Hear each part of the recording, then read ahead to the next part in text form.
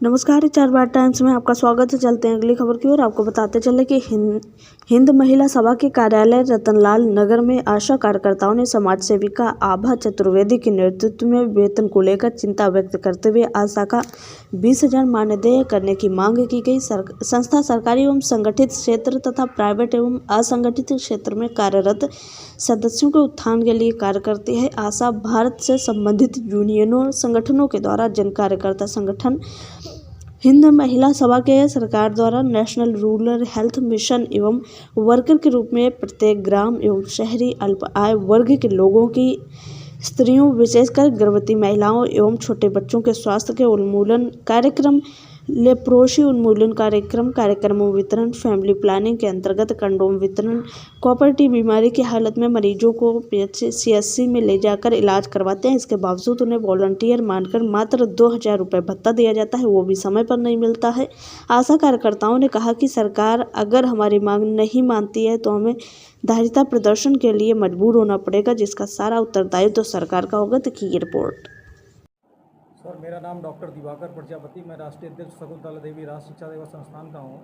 और जैसा कि आपने पूछा बेटी बचाओ बेटी पढ़ाओ कि वास्तविक धरातल में क्या स्थिति है, तो मैं सबसे पहले हिंद महिला सभा की अध्यक्ष डॉक्टर आभा चतुर्वेदी जी का मैं हार्दिक अभिनंदन और स्वागत करता हूँ कि कानपुर में चाहे वो स्ट्रीट वेंडर हो, चाहे आशा वर्कर हो, चाहे आंगनवाड़ी वर्कर हो, तो इन महासंघों में हमारी बेटियां और हमारी नारी महिला काम कर रही हैं। क्योंकि जो आशा वर्कर हैं उनको हमारी सरकार की तरफ से, राज्य सरकार की तरफ से मात्र 3,500 रुपये मानदेय के रूप में उनको दिया जा रहा है। हम आशा बहु पर बात में आते हैं। पहले हमने बेटी बचाओ बेटी पढ़ाओ पर आपसे बात की। जी। मेरा ये कहना है, क्या सरकार द्वारा जो व्यवस्थाएं दी जा रही हैं बेटी बचाओ बेटी पढ़ाओ को लेकर जो कानून बनाए गए हैं, उस पर आपका क्या कहना? संतुष्टि है आपको, या लगता है कहीं कमी है, बीच में कुछ होना चाहिए? नहीं, सरकार तो अपनी तरह से पूरा काम कर रही है बेटी बचाओ बेटी पढ़ाओ पर। जन्म से लेकर के चाहे रोजगार संबंधी काम हो, चाहे कोई भी महिला सुरक्षा का काम हो, चाहे बेटियों की सुरक्षा का काम हो, हमारी राज्य सरकार पूरा ध्यान देते हुए कार्य कर रही है। और रही बात ये आशा बहुओं की, यहाँ पर चूँकि मीटिंग जो है हिंद महिला सभा की तरफ से आशा बहुओं के लिए निर्धारित की गई है, तो मैं विशद बिंदुओं पर ध्यान आकर्षित करता हुआ कहना चाहता हूँ, जो 3,500 रुपये मानदेय रखा गया है, वो हमारी सरकार को चाहिए कि कम से कम आशा बहुएँ जो दिन रात 24 घंटे तत्परता से लगी रहती हैं स्वास्थ्य सेवाओं में, तो उनका मानदेय कम से कम जो है 18,000 तो करें। क्योंकि आप देख सकते हैं कि 60 रुपये लीटर दूध चल रहा है। यदि एक बच्चा है आशा बहू के, तो महीने भर दूध पीता 1800 का, तो वो बच्चा दूध पी लेगा, तो वो घर पे क्या करेगी? परिवार का पालन पोषण क्या कानपुर जैसे महानगर में एक आशा बहू अपने परिवार के का पालन पोषण कर सकती है क्या? नहीं, ये निश्चित तौर पर विचारणीय विषय है और मानदेय बहुत कम है, लेकिन क्या बंद कमरे में बैठकर इस हवा को आप सरकार तक पहुंचा पाएंगे? नहीं, तो हमारी दीदी जो है डायनेमिक तरह से आशा बहुओं में एक नई ऊर्जा देने का काम कर रही हैं। और अभी तो बात धरना प्रदर्शन तक कानपुर नगर में सीमित है। यदि हमारी सरकार ने आशा बहुओं की बात नहीं मानी तो लखनऊ विधानसभा पूरे उत्तर प्रदेश की आशा बहुएं घेरेंगी और बेटी बचाओ के साथ तो घेरेंगी, लेकिन जब तक अपनी मांग पूरी नहीं करेंगी, जब तक वहां पर प्रदर्शन होते रहेंगे, आशा बहुओं की मांग हमारी सरकार को माननी पड़ेगी और माननी चाहिए भी, क्योंकि ये संगठन दिन रात हमारी सेवा में लगा रहता है। मैं हिंद महिला सभा की प्रदेश अध्यक्ष हूँ आभा चतुर्वेदी, और अपने इस संगठन के माध्यम से आज जो हमारा कार्यक्रम था, महिलाओं को संगठन में संगठित करना। संगठन में महिलाएं पहले 120 को आ जाती हैं, लेकिन उनके अंदर नेतृत्व का विकास और ज़्यादा लंबी संख्या में संगठित करने की क्षमता कम रहती है। तो चूँकि हिंद महिला सभा विभिन्न सेक्टर में, जैसे पर्सनालिटी डेवलपमेंट, प्रशिक्षण ट्रेनिंग, चाहे MSME की ट्रेनिंग हो, चाहे वर्क एजुकेशन की ट्रेनिंग, इसके माध्यम से वो प्रशिक्षण देते हैं ताकि वो जिस फील्ड में काम कर रहे वर्तमान में उसमें उनकी लीडरशिप निकले, ताकि अधिकारी से और सरकार से प्रशासन से नेगोशिएशन में जो 5 कमेटी है उसमें एक महिला होनी चाहिए। आज आप उठा के देख लीजिए किसी नेगोशिएशन में प्रदेश सरकार से मुख्यमंत्री से सचिव लेवल पे महिला नेगोशिएशन में नहीं होती। तो हम चाहते थे क्योंकि इसमें मुख्यतः हमारी आशा बहन आज जाना है, तो इनके लिए बहुत ज़रूरी है। जो इनकी सबसे ज्वलंत समस्या है मानदेय, सोशल सिक्योरिटी और हेल्थ और सोसाइटी में रिस्पेक्ट, जो कोरोना में लोगों में निकल के आया, इससे इन नजरियों में बदलने की बहुत आवश्यकता है। आज की सोसाइटी में आशा का किसी भी एरिया में जाइए तो जैसी उम्मीद करती है लोग, अगर किसी का दरवाज़ा खटकाया तो कोई ये नहीं कहता कि मेरे भी कुछ सरकार की पॉलिसी आएगी, उन लोग बहुत अजीब आवाज़ देते हैं, बताइए क्या काम, जैसे वो कोई काम लेके आए, जबकि हमारी सरकार की नीतियों को जन जन तक पहुँचाने का काम आशा ही करेगी। उसके पीछे बाकी टीम हमारी है, डॉक्टर है, ANM है, JNM है, बाकी टीम है, लेकिन ग्रास रूट लेवल जमीनी लेवल पे काम कर रहे हैं। तो ये मेरे संगठन ने इस बात को विचार किया कि इनको नेतृत्व विकास का आवश्यकता है, तो संगठित हो और अपनी सदस्यता बनाए ताकि प्रदेश सरकार इनकी समस्याओं से अवगत हो सके। मैम, आशा बहुओं की आशा आभा चतुर्वेदी का अगला कदम आशा बहुओं के लिए क्या होगा?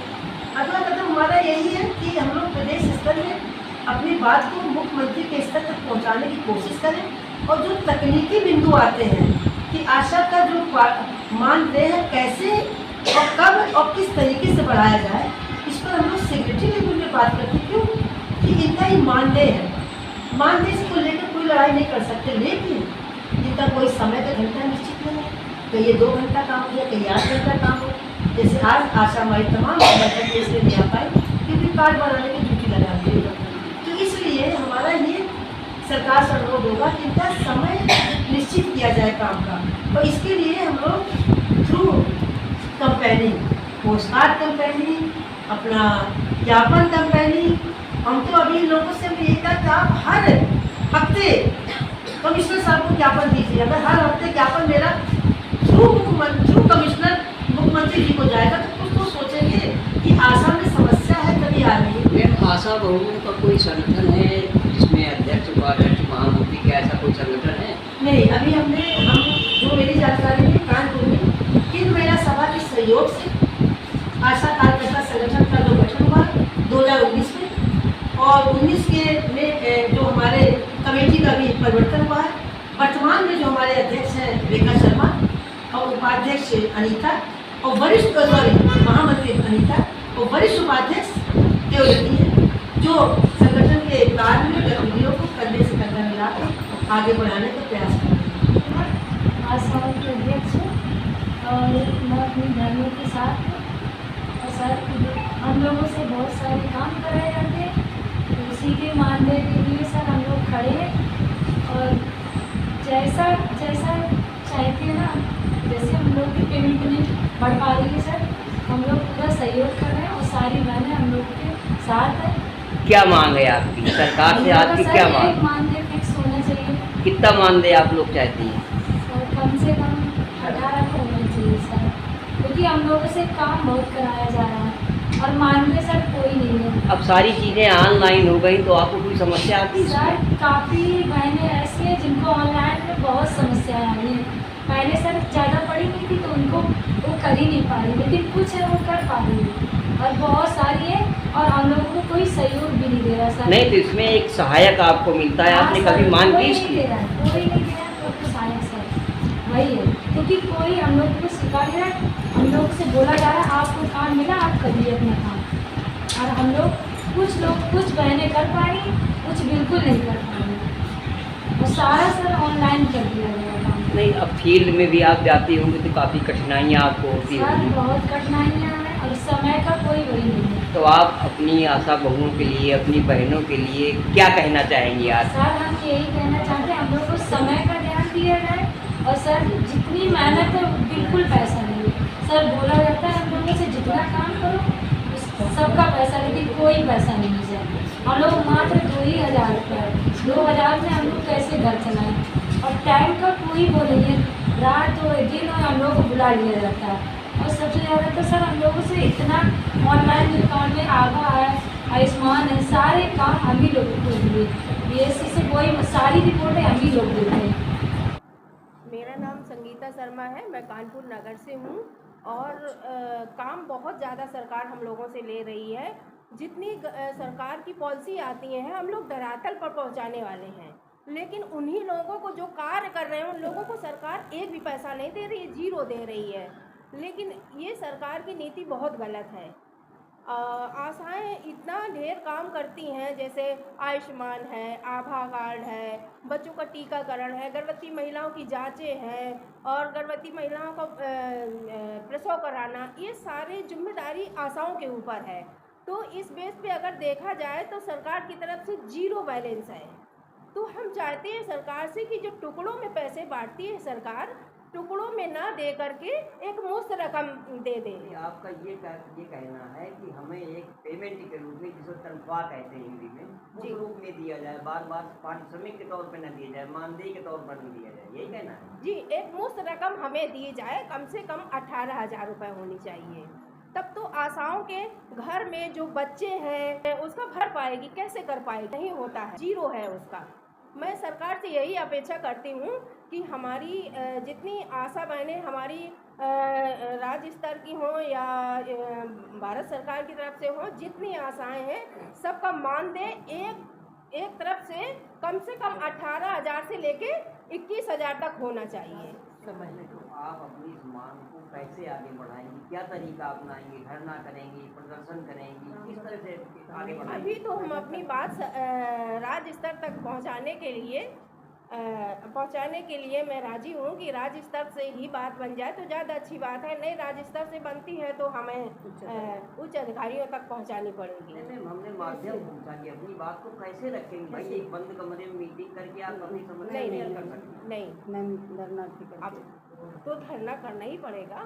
जब नहीं सरकार हमारी बात को, पहले तो हम धीरे धीरे कब से कह रहे हैं सरकार से कि ज्ञापन के माध्यम से, धरना के माध्यम से, अब सरकार नहीं सुन रही है तो हमारी मजबूरी बनती है। क्या कहेंगी आभा चतुर्वेदी जी आपके लिए बराबर काम कर रही, संघर्ष कर रही, बीमार भी रहती हैं, लेकिन उनके हौसले में कोई कमी नहीं, उनके हौसले को आप कैसे बरकरार रख पाएंगे? आज भी बुलंद है उनके हौसले।